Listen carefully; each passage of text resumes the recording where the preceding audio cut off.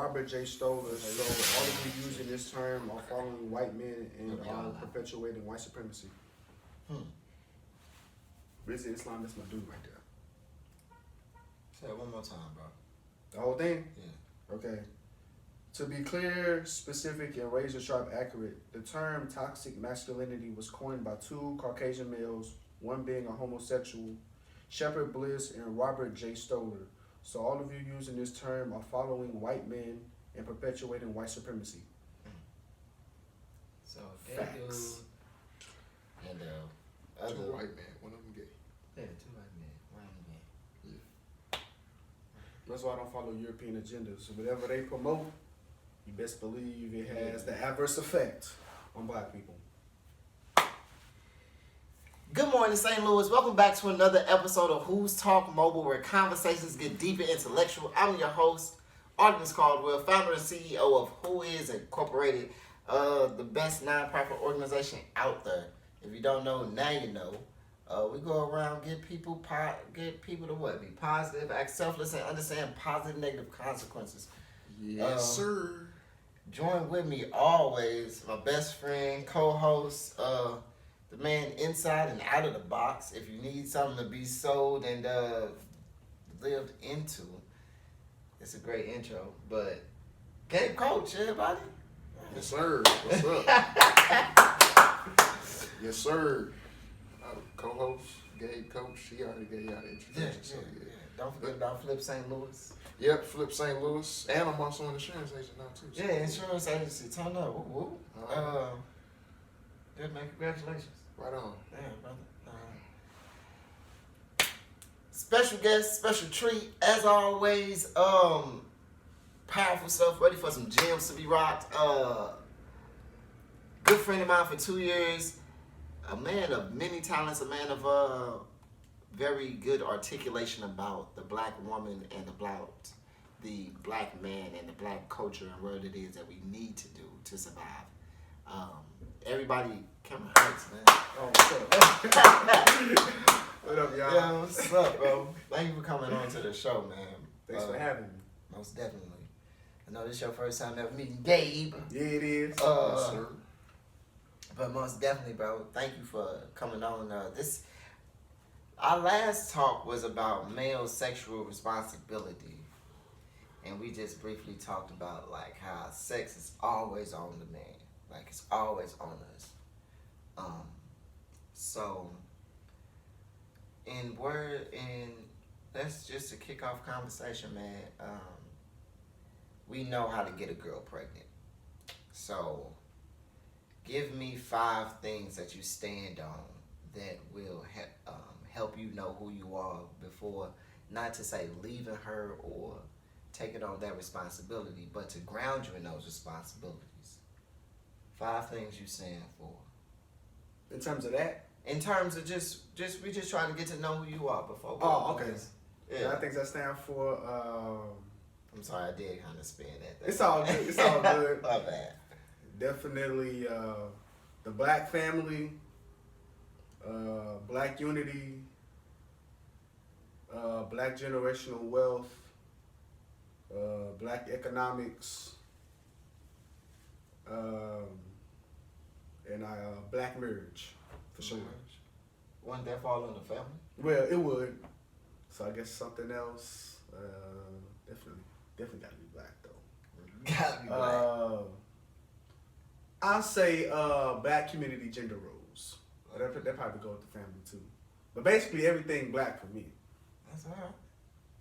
Okay. Go ahead. What 5 things you stand for? 5 things I stand for.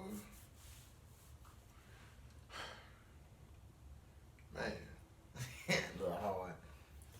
That is kind of hard. I do stand for black families. I do stand for black empowerment in general. So those 2 things, that I guess like me, I would say black empowerment incorporates all of that, black family, wealth, economics, and all of that. All of that is black empowerment to me. What about knowledge? You stand for knowledge, like self-knowledge. Knowledge. So those 2, knowledge, focus, and discipline. knowledge, focus, and discipline plus black empowerment And what did I say first? what's that like? I think you said black family first. Yeah, but I guess that. And black family, black empowerment. Yeah. Okay. They all go together. Yeah, it's all together. Okay. I got simplicity, love, loyalty, integrity, and I had it, then I lost it. Fairness. Fairness. If everybody could be fair, that'd be cool. Wish the world was fair, but it's not. I mean, that's because it ain't in the right hands to be fair. It's not. So, going to that though, what I'm trying to get my words together for you because when I ask you a question, I know we on the time, but what is it? How did you get to that blackness, that the root of you being so hell bent on being black? How come everything that you do, your 5 things that you stand for, how come that has to be black first? First with you. Because I embrace first over everything, and you cannot have white supremacy and justice / equality / equity in the same place at the same time. They are incompatible. So we have to replace white supremacy with a system of justice, and the only way to do that is to be black / African first over everything and anything that we do. So when we talk about that, a lot of people may say that you sound more I don't want to say insecure, more that you're not passionate about everybody's feelings. No, I'm really not, in all honesty. I don't care about non-black people's feelings when we are literally being killed out here. I could give a damn. And I mean that in the most disrespectful way. I do not care about non-black people's feelings. Fuck everybody else. Right. When non-black people speak up for us and stand up with us, then I will care what non-black people think. But until that happens, no. But it's been non-black people fight. Everybody white is not with racism. It, like in the beginning, it was non-African American fighting for our freedom. That was just like, it wasn't black people helping Harriet Tubman. It was white people like, hey, you come in our house, do X, Y, X, Y. You see what I'm saying? Mm-hmm. But they can do that because their privilege allows them to do that. All right. Yeah, that's what I was about to say. Like, there's only a certain way that they're allowed to help them. They're only allowed to help us when it's either empowering them or disempowering us. Facts. Okay. So that's the only times that they're allowed to help us. Or anybody for that matter. Yep, the Machiavellian give in order to take. And that's what, so emotionally, how do we overcome a mindset like that? Because that's something that needs, everybody not like that. Well, you could say all white people are not racist, but that depends on how you define racism, white supremacy. Because it was implemented by white people, meaning all white people benefit from it. So when we say all white people are racist, we're not. Also, men benefit from this system. Exactly. It's a white male supremacist, particularly society. But when we say that, we're not saying all white people hate black people. We say that all white people have privilege that they're not trying to relinquish. They have an option to choose to benefit from white supremacy if they want to. Exactly. And they're not trying to give that up, because if they give that up, then they're going to have to give all the resources back, all the artifacts back, and then that means they're going to die genetically off the planet, because that's why it was implemented, to maintain white genetics. Which is what's already happening. Facts. The numbers are going down, and it's not getting any better. So black people, I want to say, as their numbers go down, expect more violent attacks more frequently. So yes, we need to be ready at any moment whenever we leave the house. Also with this Trump impeachment thing. I just saw a video. Yeah, I saw a video earlier today. Was it real STL News? No, it wasn't real STL News, but it was a video today of a white person talking, saying that they were asking him about, like, how do you feel about Trump being impeached and everything? And he's like, do you feel comfortable with Trump being impeached? He's like, well, I'll tell you what, my 357 Magnum feels comfortable with. I saw that. You know what I'm Facts. saying? And they talking like some shit gonna go down Yes. if he gets impeached. This is the purge. So what I want to say is, if you black, especially you're a foundational black American, get strapped. Facts. FBA. Get strapped. Exercise your Second Amendment. Facts. Wouldn't this sound And, like you an know. angry black man, though? What's that argument? Fuck all that. Right. We don't give a damn about how they like, feel. Like, the whole angry black man thing, that's to demonize us when we try and defend ourselves. That's to demonize us when we try and stand up for ourselves. Facts. So it's like the whole angry black man thing, fuck all that shit. Exactly. Fuck all that shit. If it's a white man out here talking about some violence and it's going to be violence directed towards us, hell yeah, I'm angry. I ain't necessarily, well, I ain't gonna say I'm necessarily angry, but hell yeah, I'm gonna talk a little bit more militant, like, you know what I'm saying? I'm gonna tell you, like, get prepared, get ready for that. Yes, that is. Because you have the God-given right to protect and defend yourself. Exactly. Don't let nobody ever tell you different. They trying to con us into this bullshit to think that, okay, well, just because everybody thinks we're dangerous, we have this negative stigma on black male masculinity. Facts. Tone it down a little bit. Nah, don't tone that shit down. At all. Don't tone it down. That is what I like to call psychological warfare. So, toxic masculinity, does it exist? No. No, it doesn't. No, at all. There's no such thing as toxic masculinity. Right. There is a such thing as abuse. Facts. There's a such thing as Abusive masculinity. yeah, abusive, mean abusive, but there's no such thing as toxic masculinity. Like we just looked at that something where it said that term was created by two white men, one was gay and the other one I don't know what it was or whatever. Yeah. But that term was coined from a biased viewpoint. Yep. Okay. It was termed from a biased viewpoint. So it's like, people throw that term around a whole lot, but it's like, does it really mean anything? What is it really here for, and who is it for, and who is it always being used for? It's always being used and directed towards us. Facts. It's never being used and directed towards Asian men, white men, Hispanic men. It's never being directed towards them. It's always being directed towards black men. Yep. Because black men are naturally the most masculine man on the planet, by nature. Yep. We are the first man. And going back to what I said about Attacking the alpha man. yeah. Alpha male, excuse me. Yeah, there is an attack on black alpha male masculinity. And in terms of psychological warfare, black people are the only people who really have to broadcast that we're pro ourselves. Everybody else, they don't have to broadcast that they're pro themselves because it's just automatically instinctive that they are that way. We have an agenda that is being placed against, they have an agenda that's being placed against us, where they don't want us to be pro ourselves because that means the end of racism and white supremacy. So yes, they want you to be multicultural. Yes, they want you to have everybody else except yourself specifically. Because don't the black dollar generate like $1 trillion? Yes, and we don't spend any of that with our community for the most part, which is why I said black economics is one of the things that I value. So I try to make a concerted effort to spend my money with black people.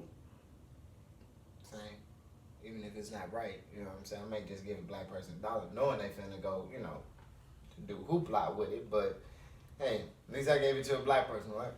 Yeah, yes, absolutely. Okay. So, how is it that we got so? What is it about the male population why are we under attack? I understand that the black man is ultra or said to be the alpha male. Why? What is it that we can? Because on top of that, we as a black man are emotionally fucked up. You know, just as men, period, we're emotionally fucked up because we're told we can't cry if we fall down and scratch our arm. We can't hug one another when we feel alone or don't know how to be more so intimate with each other and let each other know, like, hey man, this hurt. My feelings are hurt because of X, Y. You see what I'm saying? Mm-hmm. We can have all these morals and structures and understanding, but where are people learning to be themselves at? So with that, I say, what about how Malcolm X would say, black manhood? Where does that fall into? Because I feel when you say toxic masculinity, that was to strip manhood or challenge a man's manhood, because it's to say like, hey, you too much. So you got to control or check that manhood that you have, and then you try to use the word humility. Mm-hmm. You know what I'm saying? It's really kind of like I said, tone it down.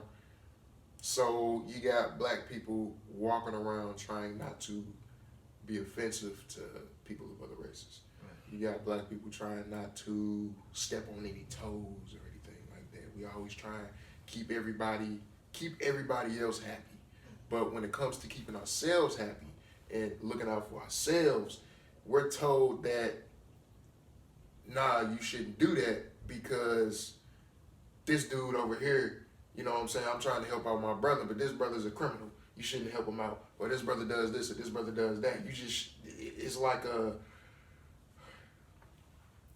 it's really a system to keep us in the prison. That's basically what it is. It's basically what we fucking live in right now is prison. Prison. Facts. What makes this a prison country? Is it because just as a black man this is a prison country? Or because America does have, 1/4 of the world's population incarcerated? Facts. But there are more black men in college than there are locked up. When you have to operate in a way where you're never trying to be offensive to other people, or when you're trying not to step on anybody else's toes or everything like that for fear of what people are going to say, think, or do to you, you're living in a prison. You might not be behind bars or in actual jail, but you're living in a mental, emotional prison. Facts. Psychological warfare. All right, going back to what you said about college, black people going to college isn't necessarily a good thing, because there are a lot of black people with doctorates and master's degrees who are underemployed or unemployed. Yeah. So we need to stop looking to white people for jobs and try to be more entrepreneurial, go into real estate and stock investing, because that's where pretty much the money is. The richest people in the world did not go to college at all. And I want to and I want to address something that you said about black masculinity. School TV did a interview with Dr. Umar Johnson, and he told Dr. Umar, like, the man is a foundation of a strong, I think he said, the man is a foundation of a strong family, the family is strong foundation. Oh my God, I'm messing up. The man is a foundation of a strong family, family is a foundation of a strong community, and a strong community is a foundation of a strong nation.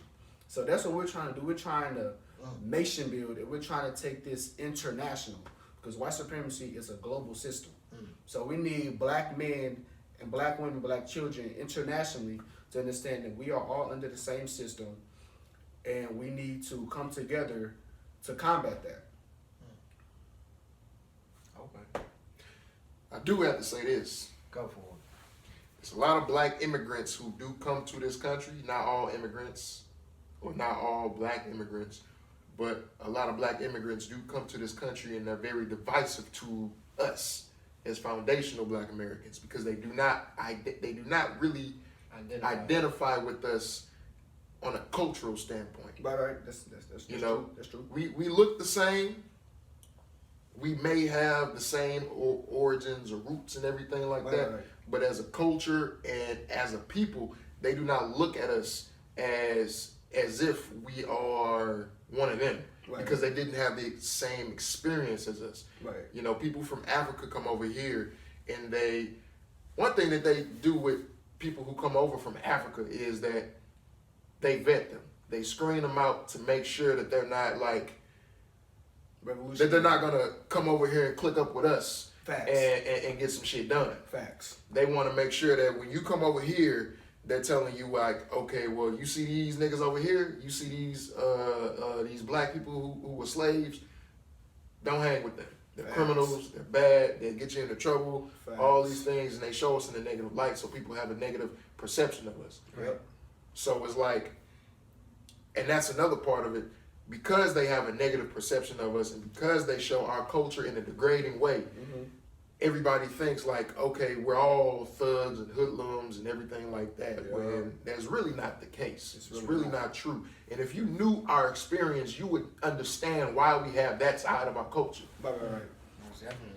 See, going off of what, man, it was so much going up. Just before I lose short, going off of what you were saying, and piggybacking off of just that hood culture, going to hip hop. Hip hop was started by people who Grandmaster Flash was an electrician.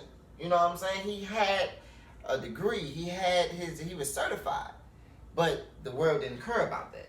And hip hop wasn't all this hood rat shit we got now. It No. wasn't. Hood. It wasn't. That was in the 1980s and up till now.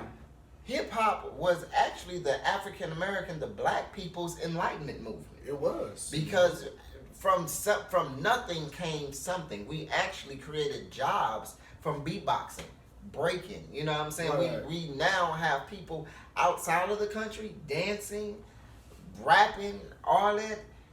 It's a culture now. Right. Hip hop is a culture that you can identify with, strictly American black.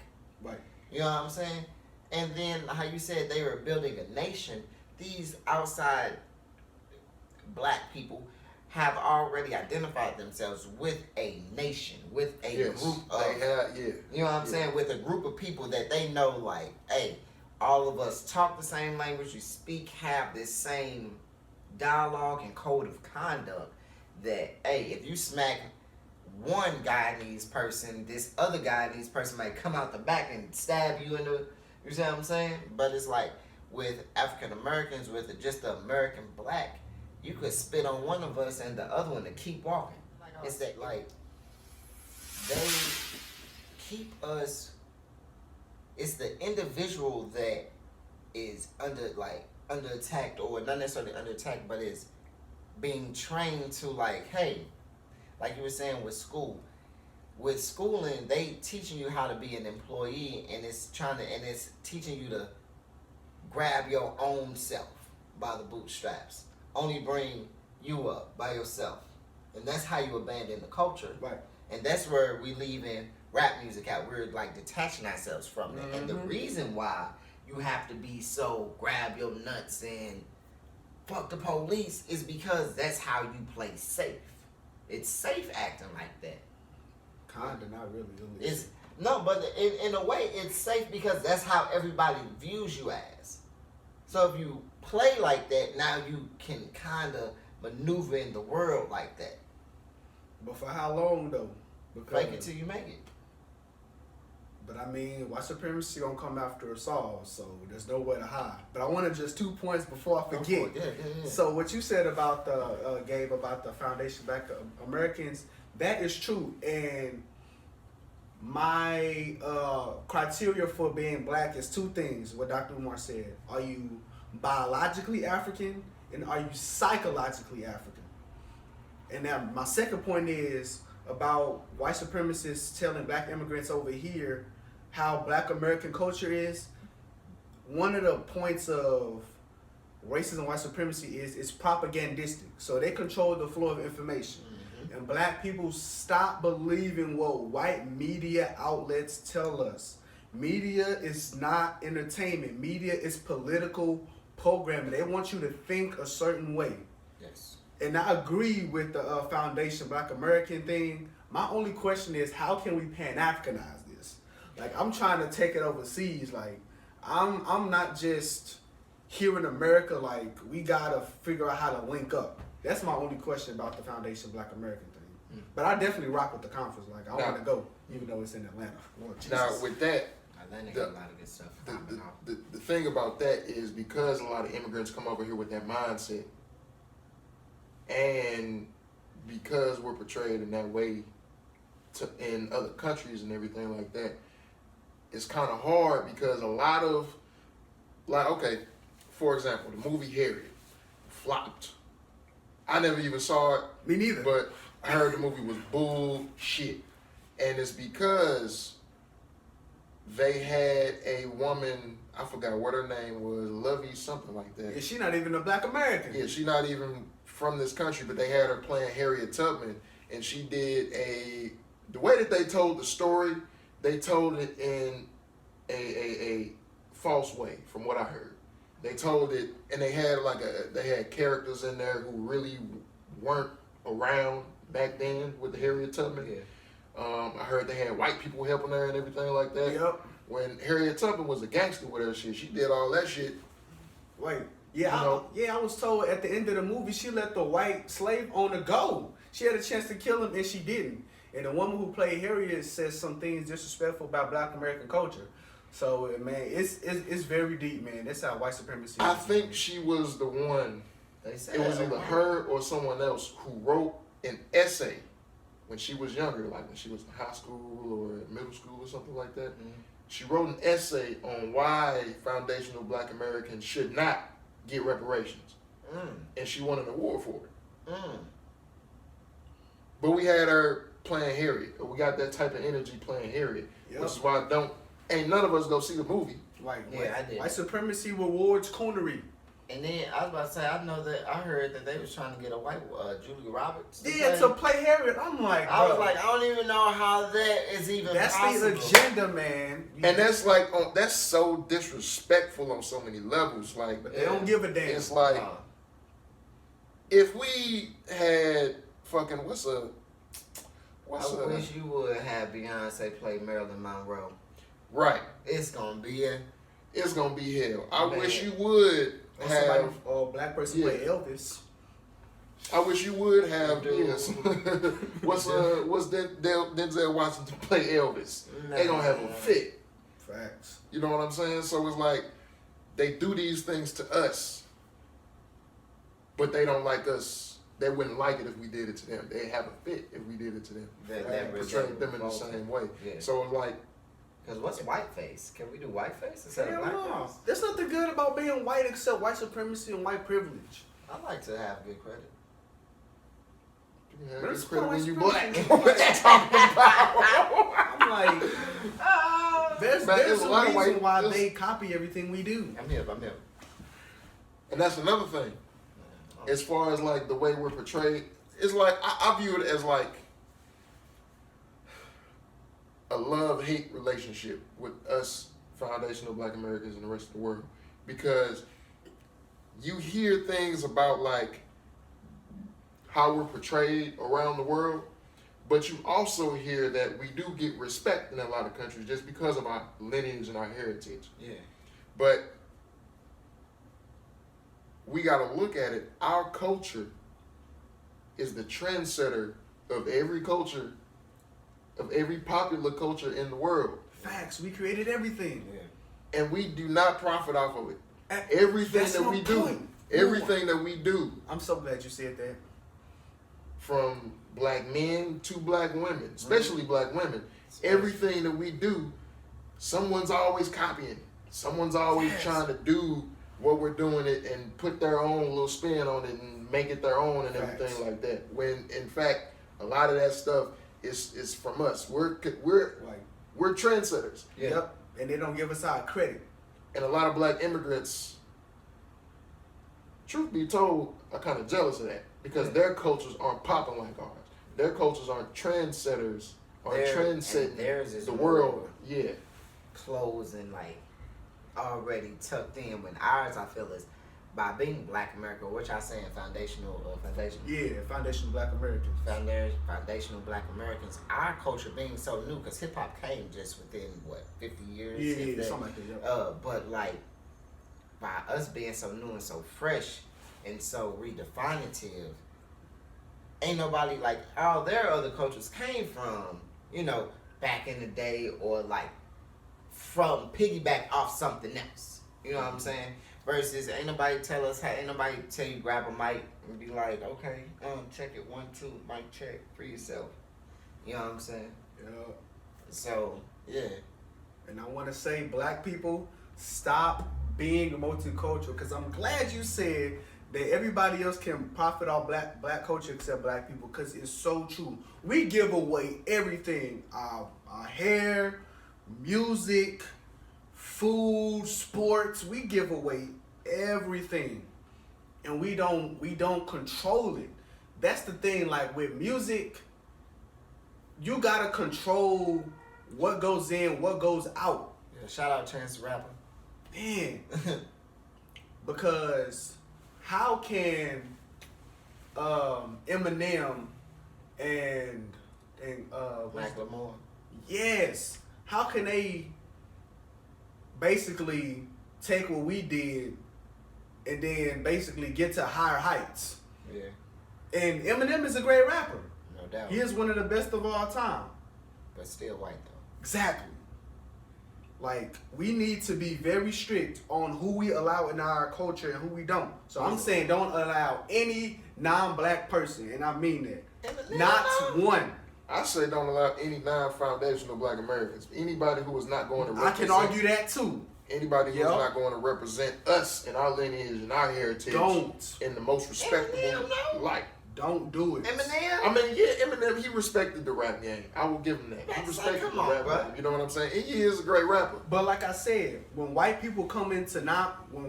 or non-black people come into black spaces, they come to dominate and control, not just partake. I've said that. You did. And that remains true. Oh, and part of that was in a book. So, you know, of course we have black, quote unquote, black organizations, even though they're all multicultural now. But back in the day, we had specifically black organizations, and they didn't want white people in there. Why? Because whenever we let non-black people in, or specifically white, we always look to them for help. We don't need nobody help. Or All we need is each other. It's undermined. Or Yeah. sabotaged. But even with the Black Panther Party, you made a post. Dude you got Fred Hampton up here, but you got FBI informant right here. That's a black guy. facts. That was a And we black need guy. to. What I think we should do, we should have a database on past and present coons. I'm for real, but cause it's that deep. We need a database. And for real, we should. Oh, my Because goodness. we need to know when we try and get something major popping off, we need to know who they are. We need to know who the people are who's going to come in and try and sabotage our movement and what we're trying to do. Okay. We don't know until after the fact. We need to know Until- before. We need We an don't app. right. We don't know until the Find FBI start busting in and Exactly, with guns that's and too damn everything, trying to kill late. everybody. Facts. So the app Find a Snitch is out there. Find a coon. Find Yes, a- please. Jesus, because that's another thing. Cooning is not just a black American thing. It's an international thing. Cooning. Okay. Yes. Give me a definition to both of y'all. Y'all hell bent on that. What's that? Cooning. I look at cooning as anything where you're doing anything to devalue you, who you are, and your heritage in order to gain favor from people in other groups. Facts.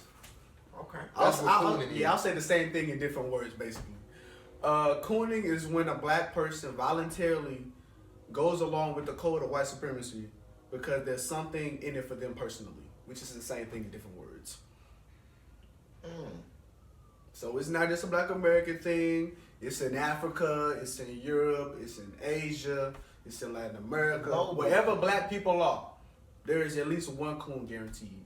Global cooning. Yep. All right. Wrapping up, bro. Give me one word to describe your life all the way up until now. Whew, that's a good question. One word. Not necessarily anti-social. I'll say reserved. Reserved. Yeah, reserved. I'm trying to branch out, but I'll say reserved. All the way up until now. One word to describe your life. Reserved. Yeah, I'm always to myself. I always like to observe the room before I really interact, cause I don't want to go full force and it's like,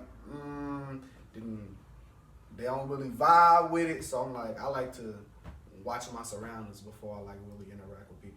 because I don't know where people's heads at. So Okay. I probably try to sprinkle something in just to see how they react to it. Right. Yeah, but I was never popular in high school. I was cool with everybody, but like I was never really known. I feel that. Okay. I just lived my life. Alright, well, hey man, this is Who's Talk Podcast, where conversations get deep and intellectual. Facts. Y'all know me, Artemis Caldwell. I say a lot of stuff. Then y'all know Gabe. GC. Yes. We in here. As always, man, it's always great. We always showing love to everybody that come and bless us with their presence. Especially you, bro. You came and really dropped some gems. Thank you for working with us. For sure. Absolutely. Man. Black brotherhood right here. We need more of that. Black sisterhood. Yes, most definitely.